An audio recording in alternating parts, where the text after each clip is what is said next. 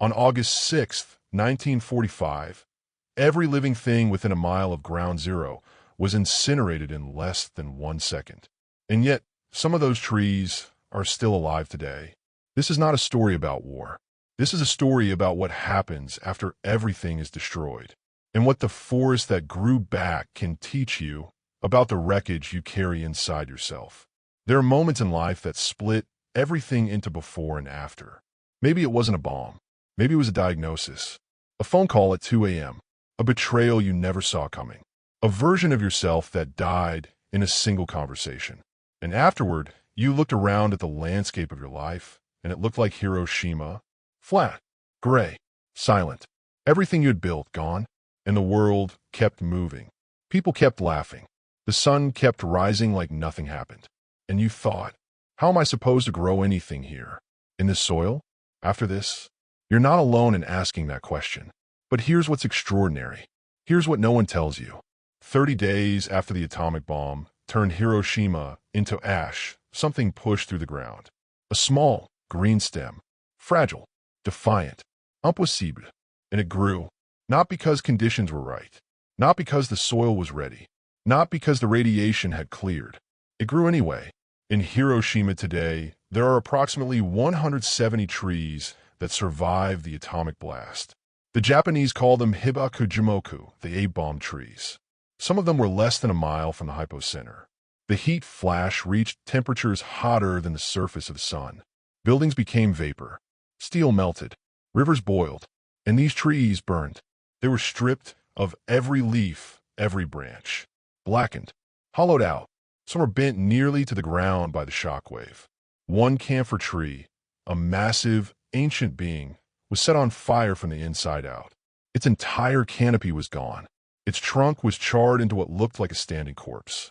But beneath the surface, beneath the scorched bark and the poisoned soil, something was happening that no one could see. The roots were alive. You see, here's what most people don't understand about trees. What you see above ground, the trunk, the branches, the leaves, that's only half the organism. Sometimes less than half. The real life of a tree exists underground, in the roots, in the vast, sprawling, tangled network of fibers reaching deep into the earth, searching for water, for minerals, for connection with other roots, with fungi, with life itself. The bomb destroyed everything above, but it could not reach what was below. And this is not just botany. This is psychology. This is the architecture of the human spirit. Because the same thing is true of you. When trauma hits, when life detonates, it destroys the visible structure. Your confidence, your joy, your sense of identity, your ability to imagine a future. The you that everyone could see goes up in smoke. But beneath that destruction, in the deep soil of who you actually are, your roots are still alive. Your capacity to love, still there. Your ability to find meaning, still there. Your stubborn, irrational, beautiful will to exist, still there. The Hiroshima trees didn't survive because they were the strongest trees, or the tallest, or the most impressive.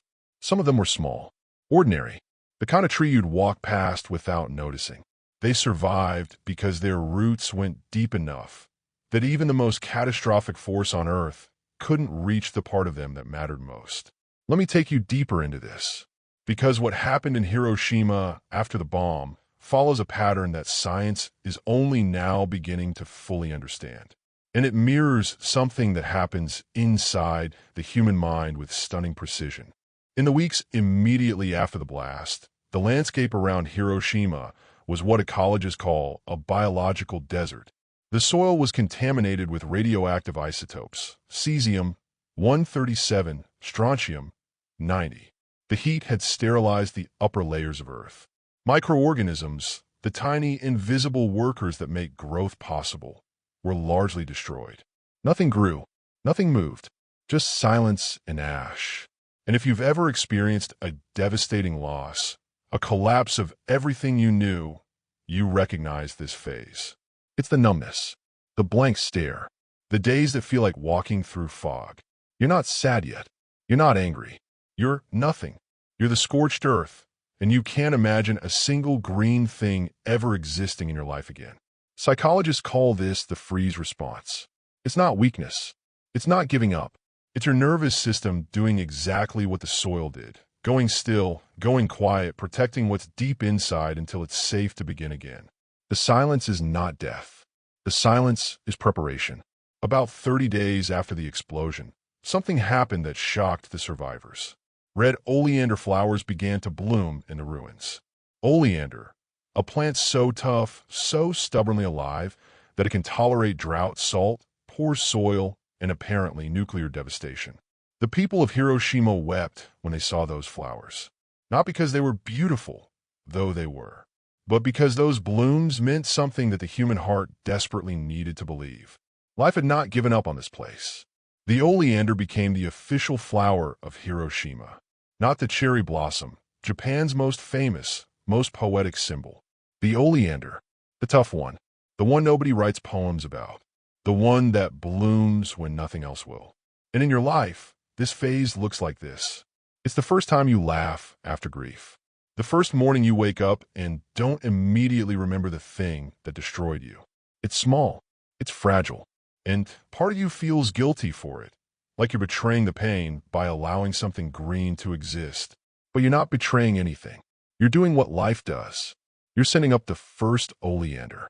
Now here's where the story becomes extraordinary. Scientists studying the recovery of forests after catastrophic events, volcanic eruptions, wildfires, nuclear contamination, had discovered something that changes everything we thought we knew about how ecosystems heal. They don't heal alone.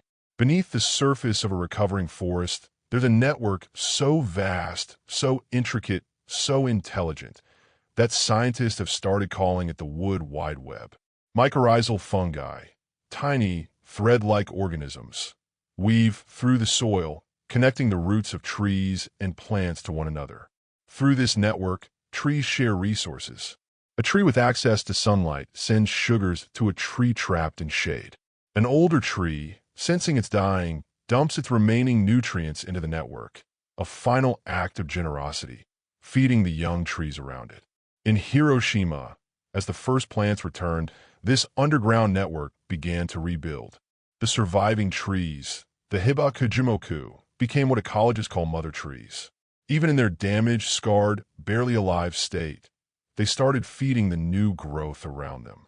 They became the foundation for an entirely new forest.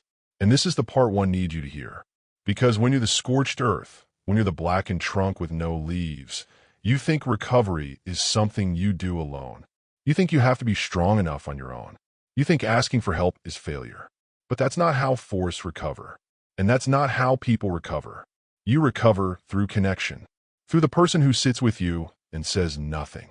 Through the friend who keeps calling even when you don't pick up. Through the stranger who says something kind on the worst possible day. Through the therapist, the community, the hand in the dark. You're not a single tree. You never were. You are part of a network. And that network is reaching for you right now, even if you can't feel it. Especially if you can't feel it. The roots are searching for you underground. There's a Japanese philosophy called kintsukuroi, the art of repairing broken pottery with gold. The idea is that the break is not something to hide. The break is part of the beauty. The crack, filled with gold, becomes the most luminous part of the whole vessel. The Hibakujumoku trees embody this. If you visit them in Hiroshima today, you'll notice immediately they don't look like normal trees. Their trunks are twisted. Their bark carries strange, deep grooves. Some of them lean at odd angles, shaped forever by the shockwave that tried to flatten them 79 years ago. They are not beautiful despite their scars. They are beautiful because of them. Because every scar is a sentence in a story that says, I was here. It happened. I did not end. Neuroscience has a term for this. It's called post-traumatic growth. And it's not the absence of pain. It's not getting over it.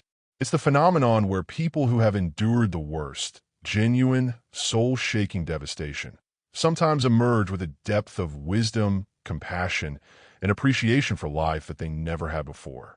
Not everyone, not automatically, and never without cost. But it happens. It happens more often than we talk about.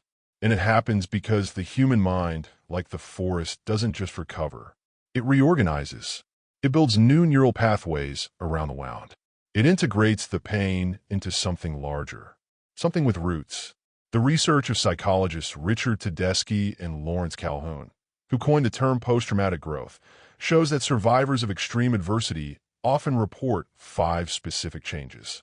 A deeper appreciation for life, closer, more meaningful relationships, a greater sense of personal strength, recognition of new possibilities they couldn't see before, and a richer spiritual or philosophical understanding of existence. Not despite the trauma, through it, because of it.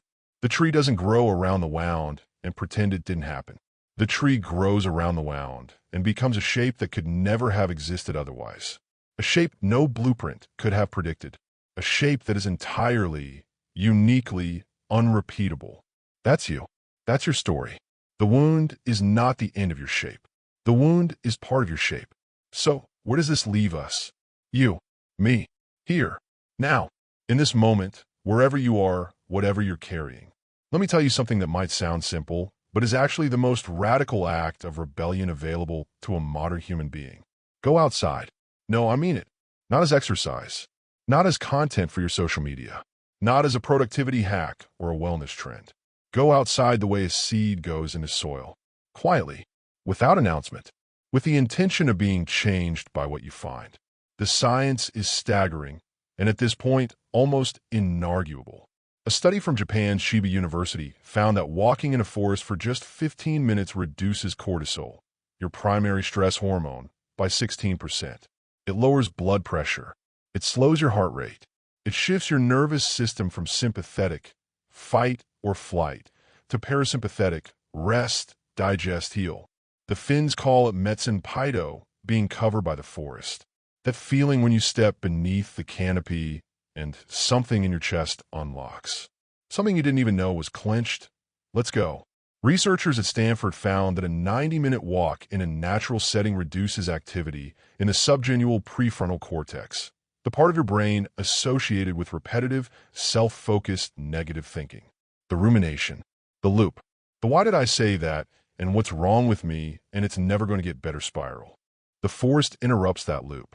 Not with force, not with logic, with presence, with the smell of wet earth and the sound of wind through leaves and the sight of light, doing something that no screen can replicate. But you don't need a forest. That's the other thing. You don't need to move to the countryside or become someone you're not. You need a plant on your windowsill. You need 5 minutes with your hands in soil. You need to watch a single cloud cross the sky from beginning to end. You need to notice, truly notice, that the world is alive and that you are part of it, and that being part of it is not a metaphor. It's biology. It's chemistry. The oxygen in your lungs right now was exhaled by a tree. The water in your blood fell as rain.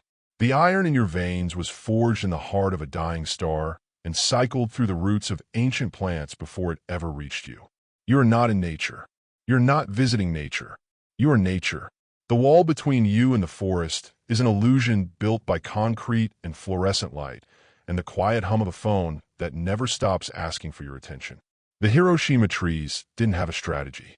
They didn't have a plan. They didn't journal about resilience or set goals for recovery. They simply did what life does when you stop interfering with it. They grew toward the light. And maybe that's all recovery really is. Not forcing yourself to be okay. Not performing strength for an audience. Not following a 10-step plan. Just growing toward the light. Slowly. Imperfectly. With scars. With strange bends in your trunk that no one else has. With roots that go deeper than anyone can see. There's a camphor tree in Hiroshima. It stands in the grounds of the Shukian Garden, about 1,300 meters from where the bomb fell. On August 6, 1945, it was completely destroyed. Every branch snapped. The trunk cracked open. The crown burned away. For months, it stood like a skeleton, a monument to impossibility. And then, in the spring of 1946, a single bud appeared on the blackened trunk. One bud, green, small, almost absurd in its tenderness, growing from the side of something that looked absolutely, irreversibly dead. The people who saw it cried. They didn't cry because a tree was growing. They cried because of what it meant. It meant that destruction does not have the final word. It meant that the worst thing that ever happened is not the last thing that ever happens. It meant that somewhere in the deepest place, in the place that fire and radiation and the full fury of human destruction could not reach, life was still making its argument, quietly, without permission, without applause, just one green bud, pushing through the dark. That bud became a branch. That branch became a canopy. The canopy became a home for birds and insects and 1,000 invisible lives that make a living tree. And that tree is still alive. Right now, today, as you listen to these words, it doesn't know it's famous. It doesn't know it's a symbol. It doesn't know that people fly across the world to stand beneath it and weep. It's just doing what it's always done, growing. And so can you. Not because you're unbreakable. You're not. None of us are. But because you have roots that go deeper than the worst thing that ever touched you. Because the silence after devastation is not emptiness. It's the gathering of everything you need to begin again. Because the network beneath you, the people, the connections, the love you can barely feel right now, is reaching for you in the dark. And because one day, maybe not today, maybe not tomorrow, but one day, a single green thought will push through the ash of everything you lost. And it will be enough. It will be the beginning. If this felt like something you needed to hear today, you're not alone. This channel is a place for people who are searching for something quieter, something deeper, something rooted. If you'd like to grow with us, subscribe. Not for the algorithm. For yourself. Consider it a small seed. Something planted today that you might be grateful for tomorrow. And if someone you love is going through their own Hiroshima right now, share this with them. Not with words, just a video. Sometimes the most powerful thing you can say is, I saw this and I thought of you. Take care of your roots. We'll see you in the next one.